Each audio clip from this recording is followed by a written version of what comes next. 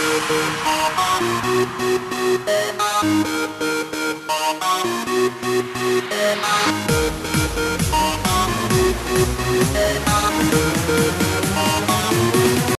students, today we will start instrument number 3rd, spirometer.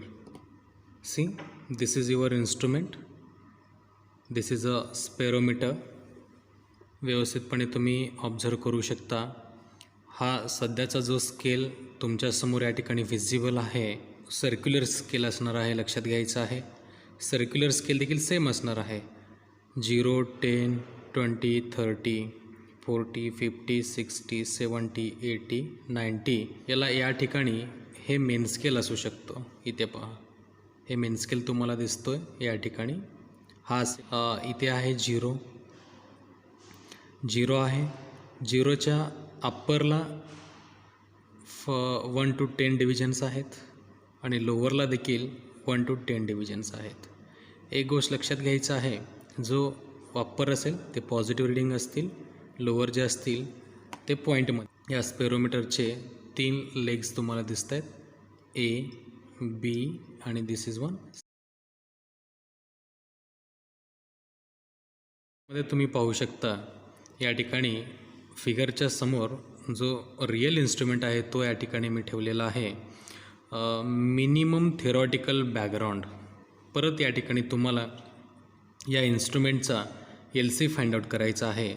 Same पाठीमागच्या प्रॅक्टिकलमध्ये आपण जसा LC find out केला तसाच या पद्धतीने इथं देखील LC आपल्याला फाइंड करायचा आहे. ओके, आप यहाँ पे देख सकते हो, ये है सर्किट डायग्राम, एक्सपेरिमेंटल सेटअप और वर्क सिचुएशन. यहाँ पे देख सकते हो ऐसा अरेंजमेंट. कॉन्वेक्स सरफेस बोले तो यहाँ पे है concave surface.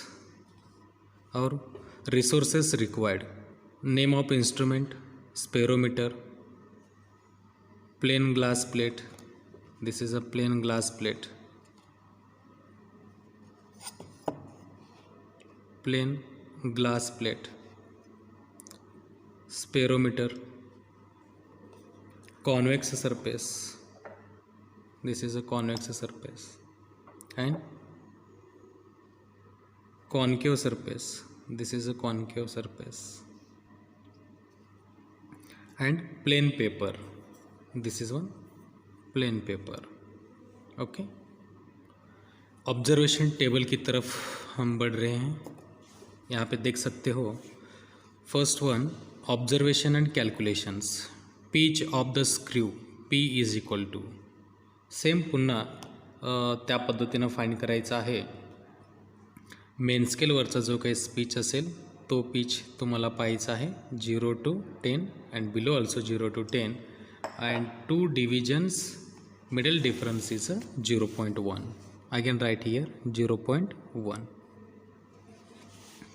and total number of divisions on circular scale n is equal to 0 to 10, 20, 30, 40, 50, 60, 70, 80, 90.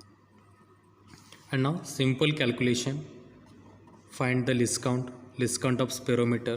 Put the value 0.1 divided by 100. You solve this. Your result is 0.001 centimeter. This is the least count of spirometer.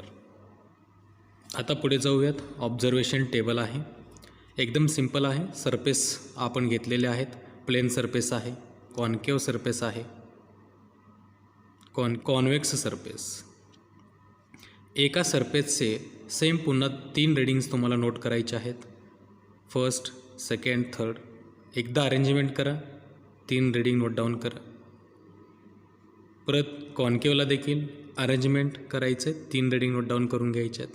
Same again convex. लक्षात घ्यायचं आहे, plain सरफेसमध्ये plain surface arrangement या ठिकाणी पाहू शकता. Plain सरफेसवरती व्यवस्थितपणे spherometer आपण ठेवलेला आहे. आणि एकदा चेक करून घेऊयात, प्लेन सरफेसला तिन्ही लेग्स व्यवस्थितपणे टच झालेले आहेत का नाही. ओके, पेपर आपला लेग्स खालून पास नाही होत. Okay, and this is also yes. हा अरेंजमेंट आपलं करेक्ट आहे. Now take reading MSR. What is MSR? 1. I am written here 1. Okay, this is a 1. And now you take CSD. CSDचा कुठला line MSRच्या equal आहे ते पहा. कुठला लाईन असेल? हा 75. Right here 75. Okay, this is a first reading. Again same arrangement, second one time and third one time. Use this plane surface. Again find you MSR and again write CSD 75 and third one also 75. Now complete here plane surface reading. व्यवस्थितपणे arrangement झालेलं आहे. पुन्हा same procedure, paper घ्यायचं, परत व्यवस्थितपणे touch आहे का नाही लेग चेक करायचे. ओके, अगदी व्यवस्थितपणे सेटअप आहे. यस, मग तुम्ही या ठिकाणी परत पुन्हा एकदा रीडिंग नोट डाऊन करू शकताय. First MSR. What is MSR? खालचं रीडिंग घेतो आपण आता, आंतरवक्र घेतो आहे म्हणजेच पॉईंटमध्ये येणार. Okay, 0.04 0.04 same reading. Again you take it and then now CSD reading. What is the CSD reading? See, in circular scale this is a 30. Yes, reading is 30. Okay, convex सरफेसचा अरेंजमेंट व्यवस्थितपणे पाहू शकता. पुन्हा एकदा सर्क्युलर स्केलचं रीडिंग घ्यायचं आहे, परत MSR घ्यायचं आहे, परत पुन्हा अरेंजमेंट झाल्यानंतर सेम चेक करून घ्यायचे. पेपर पास झाला की आपला अरेंजमेंट कुठेतरी चुकलेला आहे, म्हणजेच लेग व्यवस्थितपणे कॉन्व्हेक्स सरफेसला टच झालेलं नाही. Okay, exactly right. अरेंजमेंट अगदी करेक्ट आहे. रीडिंग टेकडाऊन करा. MSR अप्परला आहे म्हणजेच पॉझिटिव्ह 3 असणार आहे. First reading is 3, second reading is also and again third reading is also. Reading here is 70, 75, 76, 77, 78. Right here 78. Main स्केलचं रीडिंग तुम्ही पाहू शकता या ठिकाणी. इथे पहा, हा बरोबर जो सर्क्युलर आहे एक्झॅक्टली 3 लाईनजवळ इक्वल आहे. हा 0, 1, 2, 3 बरोबर आहे. त्याच्यामुळे आपण रीडिंग नोट डाऊन केलेलं आहे कॉन्व्हेक्स सरफेसचा 3. असं सेम ते रीडिंग घ्यायचे, अरेंजमेंट करायचं आहे आणि सर्क्युलर स्केलचा रीडिंग हा वरचा असेल.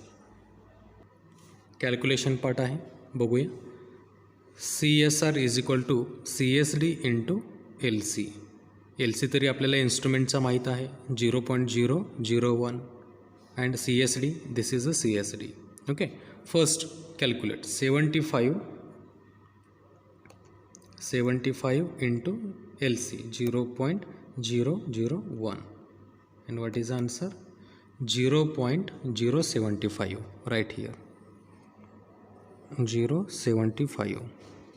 below also write to same because reading is same.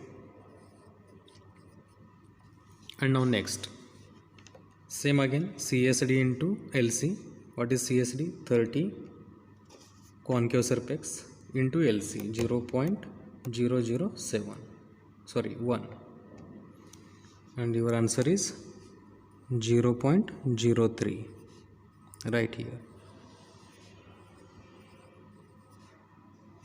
and now you take it convex surface.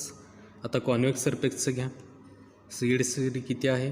78 into LC 0.001 करा मल्टिप्लिकेशन. आन्सर मिळेल 0.078. 0.078. कंप्लीट दिस कॉलम CSR. हा तुम्हाला पूर्णपणे CSR मिळालेला आहे. मग आता पुढचा भाग एकदम सोपा असेल. Total reading TR. Total reading तुम्हाला फाइंड करायचं आहे.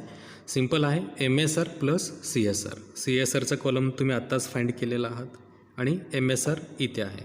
प्लस करा, मग आन्सर या ठिकाणी रिटर्न करा. काय आहे MSR 1 प्लस 0.075 प्लस म्हणजेच 1.075 same. Understood? Okay. Now again, second one, convex surface. TR is equal to MSR plus CSR. What is the TR? 0.4. 0.4 plus 0.03. Your answer is 0.43. Right below also, two readings are same. And now last one is this is the MSR convex surface 3 plus 0.078. Answer is 3.078. 3.078. Okay. या ठिकाणी total रीडिंगचा column complete होतो. त्याच्यानंतर simple आहे, average काढायचा आहे. Same this one this one this one plus and divide by 3. 1.075 plus 1.075 plus 5. What is the answer? I am written here 3.225 divided by 3 म्हणजेच answer येतो 1.075. Second one पहा, 0.43 plus 0.43 plus 0.43. Okay, 1.29 divided by 3 means 0.43.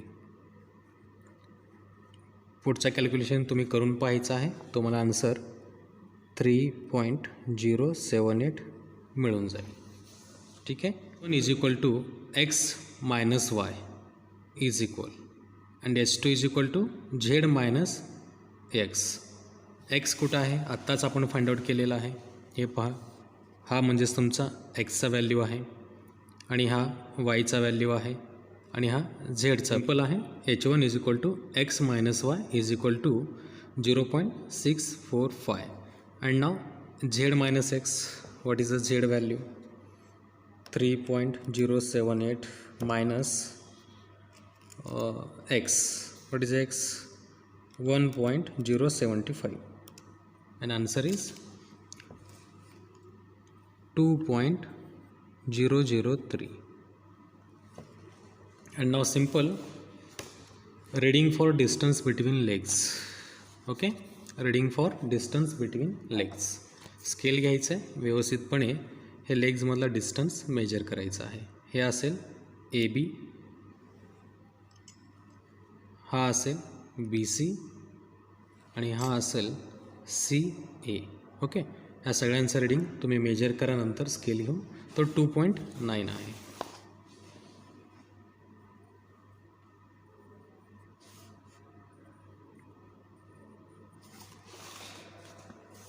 2.9 and simply mean distance is equal to D.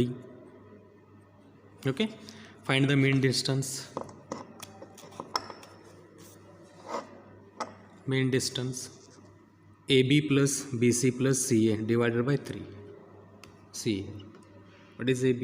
2.9 plus 2.9 plus mean distance D is equal to AB plus BC plus CA divided by 3.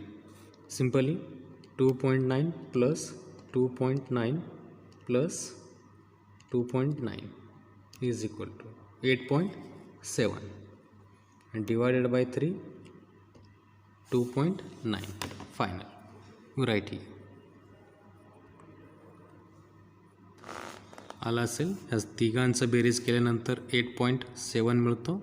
8.7 divided by 3 and then Finally divide this 2.9 centimeter mean distance.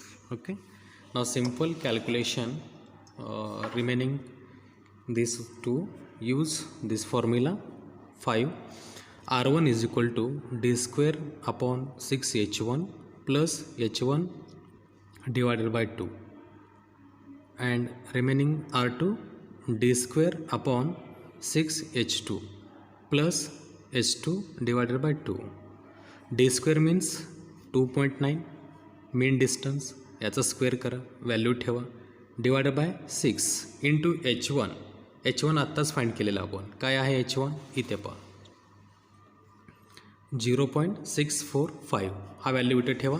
हा पूर्णपणे simplify करायचा आहे.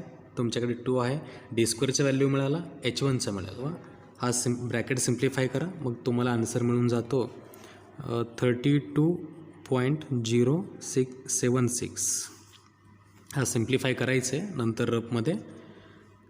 आणि पुन्हा पहा या ठिकाणी R2 find करायचं आहे, डी स्क्वेअर 2.9 अँड 6h2ची व्हॅल्यू इथे आहे 2.003 plus again put the value of h2 divided by 2. Simplify this bracket आणि फायनली तुम्हाला आन्सर मिळेल 31.879. ओके, या ठिकाणी आपला हा प्रॅक्टिकल कंप्लीट होतो. तुम्ही रिझल्टमध्ये लिहू शकता या ठिकाणी radius of curvature of the given concave surface R1 is equal to right here 32.076 cm and radius of curvature of the given convex surface R2 is equal to 31.879 cm. Okay, here complete our practical. Thank you.